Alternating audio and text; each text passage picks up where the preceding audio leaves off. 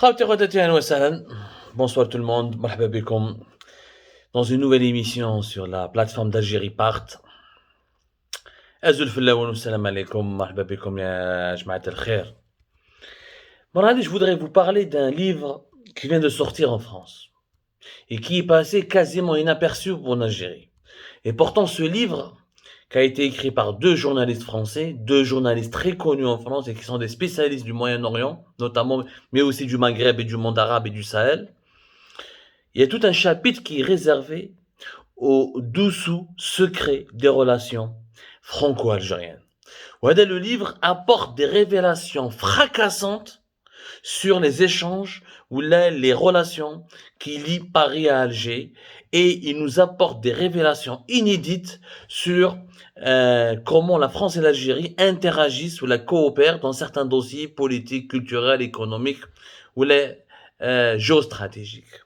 Vraiment un livre étonnant qui malheureusement, encore une fois, n'a pas été lu ni n'a été relevé par nos compatriotes. La vie Algérie Part, on a consacré plusieurs articles parce qu'on estime que ce livre apporte un éclairage important, il soulève des interrogations sur la fiabilité de notre État et sur les rapports qu'entretient notre État avec la France. Le livre il a été écrit alors par deux journalistes français, les Ousmane, Christian Chesneau et Georges Malbruno. Christian Chesneau et Georges Malbruno, c'est des gens très connus, mais vraiment très connus en France. Christian Chesneau est un journaliste qui est spécialiste du Moyen-Orient et il travaille à la rédaction de France Inter depuis 2005. France Inter est une radio étatique publique plutôt. Ici, il n'y a pas de radio étatique, non, il y a des radios publiques et le service public. Ça n'a rien à voir avec les services étatiques. Il y a une indépendance éditoriale, il y a un financement qui est public. C'est des radios qui essayent de défendre l'intérêt général et de donner un accès à l'information à l'ensemble de la population. Donc, Christian Chesneau travaille pour France Inter depuis 2005. Georges Malbruno, qui est spécialiste du Moyen-Orient et du conflit israélo-palestinien, il est grand reporter au Figaro. Le Figaro, l'un des plus grands quotidiens et journaux français. Les deux journalistes adoptent pratiquement c'est des références en France concernant l'actualité du monde arabe. Beaucoup plus le Moyen-Orient que le Maghreb, mais ils ont aussi travaillé sur le Maghreb, ils ont beaucoup travaillé sur le Sahel aussi. Les deux journalistes ils ont plusieurs livres ensemble. Ils ont écrit déjà plusieurs livres. Maintenant, par exemple, l'Irak de Saddam Hussein, portrait total. Ils ont fait tout un livre concerné à l'Irak de Saddam Hussein. Ils ont consacré un deuxième livre sur l'Irak de Saddam Hussein. Ils l'ont appelé Les années Saddam, révélation exclusive.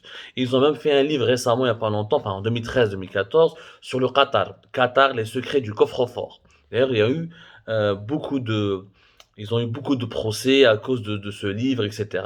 Le Qatar, les secrets du coffre-fort. Un livre qui a fait beaucoup parler de lui, où il décrypte un petit peu les enjeux des relations françaises et qataries et les secrets du lobbying qatari en France. Le 13 janvier 2022, ils ont publié un nouveau livre. Et un nouveau livre qui s'appelle Le déclassement français. Un titre vraiment de prime abord, déjà, il est choquant. Le livre Hada s'appelle Le déclassement français, Élysée, Quai d'Orsay, DGSE. DGSE, c'est les services secrets français qui s'occupent de ce qui est extérieur, la sécurité extérieure, les secrets d'une guerre d'influence stratégique. Voilà le titre du livre. Déclassement français, Élysée, Quai d'Orsay, DGSE, les secrets d'une guerre d'influence stratégique. Le livre Hada, il est apparu, il a été publié par les éditions Michel Lafon, qui est une maison d'édition très connue à Paris en France.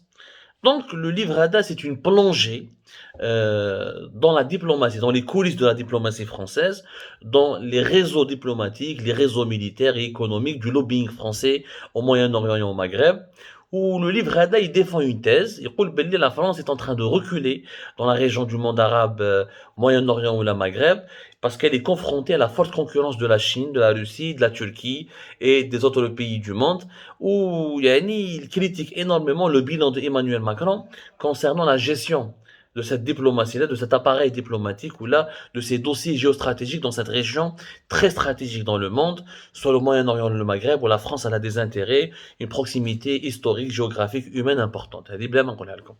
Bon, le livre là, il y a un chapitre qui est consacré à l'Algérie. C'est un livre de 271 pages. Moi, je l'ai lu. Moi, j'aime lire, et il faut lire, c'est très important. Qui a un chapitre consacré à l'Algérie. Le chapitre 3, d'ailleurs, il s'appelle l'Algérie, le champ des mines de la mémoire. Dans le chapitre 3 de ce livre, Wallah ya jama'a, on apprend des choses exceptionnellement graves, pour ne pas dire intrigantes, sur les relations algéro-françaises et sur comment la France perçoit l'Algérie. Alors, deux leçons importantes avant d'aller vers la troisième qui est encore plus grave. Le livre là, dans le chapitre algérien, il fait un mec, d'ailleurs, pour ce livre, il a des anciens officiers de la DGSE, les services de la sécurité intérieure français ont été interrogés, des anciens officiers militaires, des anciens ambassadeurs comme Xavier Driancourt, celui qui était 2 fois ambassadeur en Algérie, c'était l'avant-dernier ambassadeur avant celui qui l'a remplacé récemment, Georges Gouillet, depuis 2020, jusqu'à le Hirak et jusqu'à la chute de Bouteflika, c'est lui qui était ambassadeur français, ambassadeur de la France à Alger. Xavier Driancourt, un grand connaisseur de l'Algérie, il a été 2 fois, une fois entre 2000, si je me trompe pas, en 2017, 2019, 2016, 2017, 2019, une fois bien avant 2014. Il a parlé à des officiers militaires, à des hommes d'affaires, même d'ailleurs. Et là, ce qui m'a étonné, la réaction des autorités algériennes qui n'ont pas réagi, alors qu'il y a des révélations gravissimes dans ce livre. Même l'actuel ambassadeur algérien à Paris, Mohamed Antar Daoud, qui est ambassadeur là depuis 2020, a parlé dans ce livre. Il a été interrogé par les 2 journalistes. Ils l'ont rencontré, ils l'ont fait parler. Il est cité. Il y a plusieurs de ces citations dans ce livre. La principale leçon, c'est que la France est très inquiète par la situation actuelle de l'Algérie. Il dit par exemple, dans ce chapitre qui est consacré à l'Algérie, que les politiciens français sont obsédés par la stabilité de l'Algérie. Tous les politiciens français craignent une déstabilisation de l'Algérie. Pour eux, pour la France, pour tous les décideurs français, que ce soit des militaires, des agents de renseignement, des hommes d'affaires, des parlementaires, des sénateurs, ou là des gens qui sont à l'Élysée autour d'Emmanuel Macron, ou là d'anciens présidents, tout le monde est tous les dirigeants français, mais bouge une déstabilisation de l'Algérie. Ouais, parce que pour eux, toute déstabilisation de l'Algérie aura des répercussions sur la France. Il dit c'est simple, هم خايفين la crise migratoire. خايفين منها énormément de la crise migratoire. Mais خافوش كي يجوا les Ukrainiens, mais خافوش كي يجوهم d'autres réfugiés, mais كي يجوا كان بعيد الشرق ما يصير في الجزائر, où il y aura une vague massive d'arrivée des réfugiés algériens, c'est un cauchemar pour la France. Pourquoi? Pour la simple raison que la France estime, et ça c'est la deuxième peur, les décideurs français sont convaincus que l'Algérie, la société algérienne, elle est sous influence islamiste. Ils sont convaincus par ça. Ils ont des données, ils ont fait leurs études, ils ont fait leurs prévisions, des travaux de terrain, des discussions, des rapports. Pour eux, il n'y a aucun doute, l'influence islamiste sur la société algérienne, elle est dominante. Qu'elle est de plus en plus de conservatisme, ou de moins en moins d'ouverture d'esprit. Les Algériens sont très abonnés à la culture moyen-orientale, notamment à ces gourous religieux qui viennent du Moyen-Orient. Et pour les services français, pour la diplomatie française, pour les autorités politiques françaises, la société française, la société algérienne, elle est sous l'emprise des islamistes. Mais le problème, c'est un islamisme qui n'est pas politique, c'est un islamisme qui est sociétal.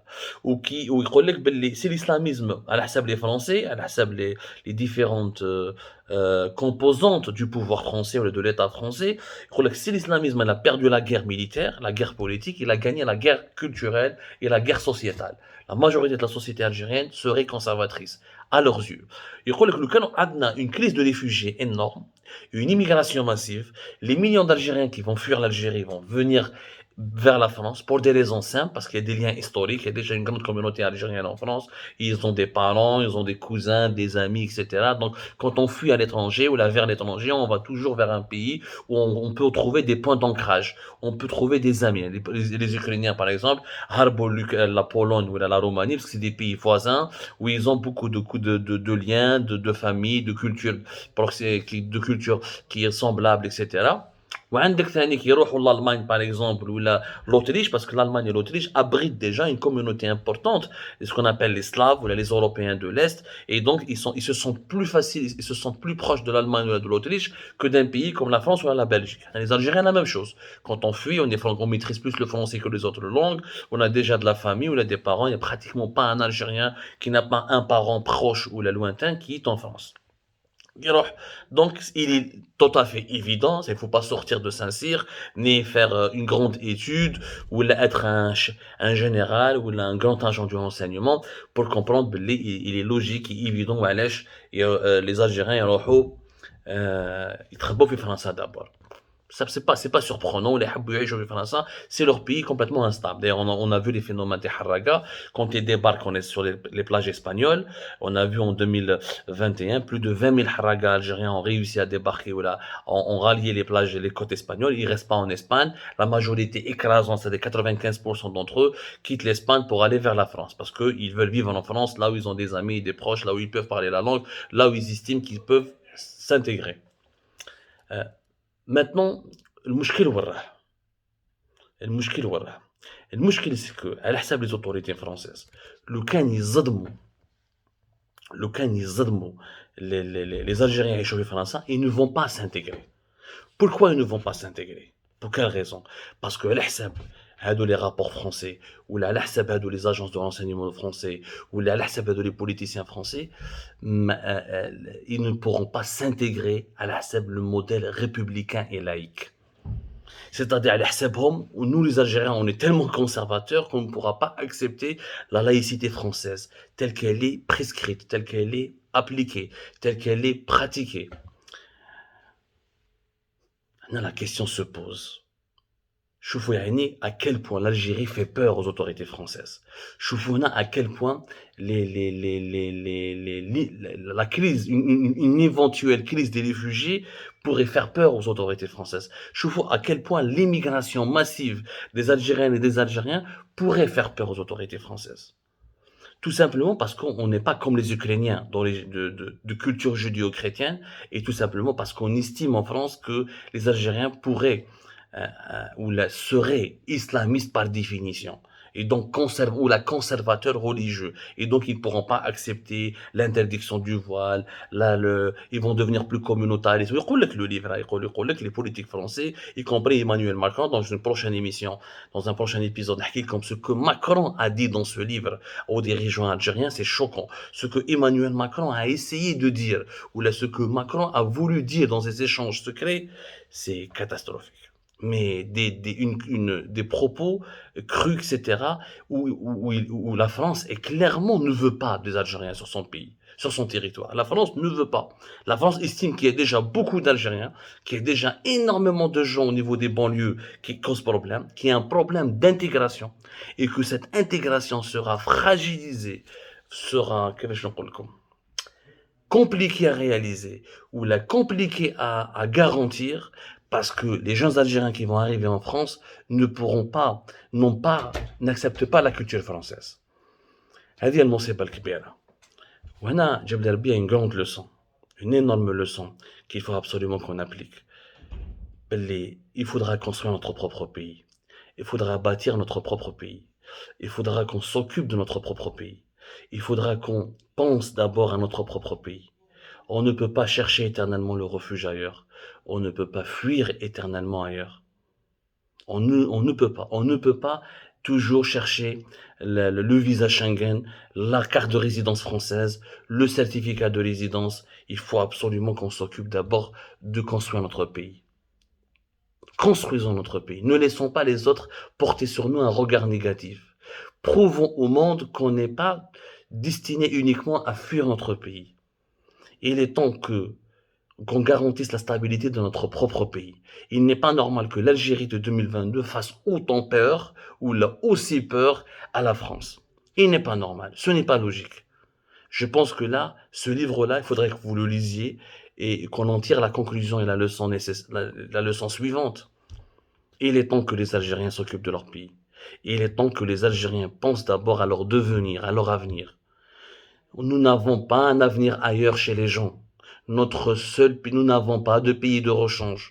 Notre seule planche de salut, c'est notre pays. Comment construire notre propre pays? Comment être heureux et libre et développé dans notre propre pays? Fuir, accepter le diktat des lois étrangères, toujours à avoir un regard qui douteux, qui nous considère comme des suspects, ou là nous exiger tout le temps en permanence des efforts pour s'intégrer dans les pays étrangers. alors que nous avons un superbe pays qu'on aurait pu bâtir et qu'on aurait pu transformer en un paradis sur Terre. C'est comme ça, je vous donne rendez-vous pour plus tard.